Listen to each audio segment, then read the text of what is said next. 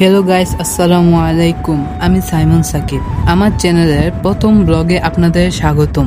আজকে আমরা রওনা হলাম সোনারগাঁওয়ের উদ্দেশ্যে। সেখানে পানামনগর ও লোকশিল্প জাদুঘর ঘুরবো এবং আপনাদের সাথে ঘোরার এক্সপিরিয়েন্স শেয়ার করব।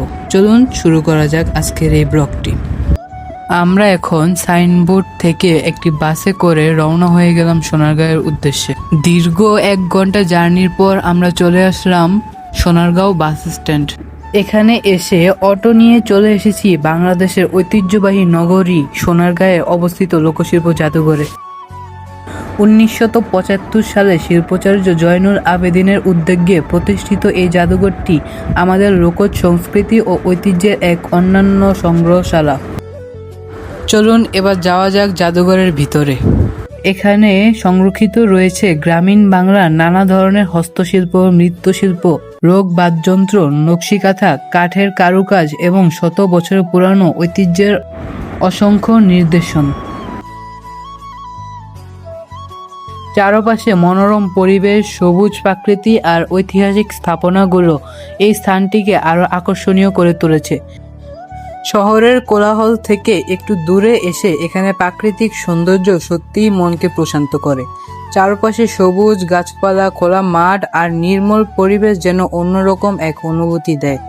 পথে পথে দেখা মিলছে সুন্দর প্রাকৃতিক দৃশ্যে, যা ক্যামেরায় ধারণ করার চেষ্টা করেছি। এখানে এসে মনে হয়েছে প্রকৃতির কাছাকাছি কিছু সময় কাটানো সত্যিই প্রয়োজন। আপনারা যদি কখনো সোনারগাঁও ঘুরতে আসেন তাহলে শুধু ঐতিহাসিক স্থানেই নয়, আশেপাশে এই প্রাকৃতিক সৌন্দর্য উপভোগ করতে ভুলবেন না।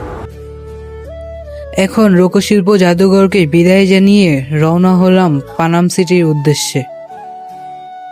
এখান থেকে বের হয়ে একটি অটো নিয়ে চলে গেলাম পানাম নগরে। এখন আমি প্রবেশের জন্য টিকিট সংগ্রহ করছি। এই পানাম সিটি একসময় বাংলার অন্যতম সমৃদ্ধ বাণিজ্যিক নগরী ছিল। আমার টিকিট সংগ্রহ শেষ, চলুন ভিতরে প্রবেশ করা যাক।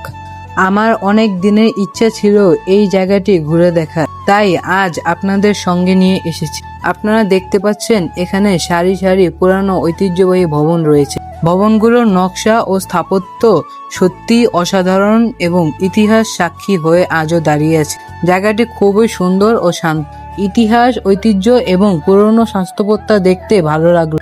আশা করি আজকের এই ছোট্ট ভ্রমণটি আপনাদের কাছে ভালো লেগেছে। ভিডিওটি ভালো লাগলে লাইক, কমেন্ট এবং চ্যানেলটি সাবস্ক্রাইব করতে ভুলবেন না।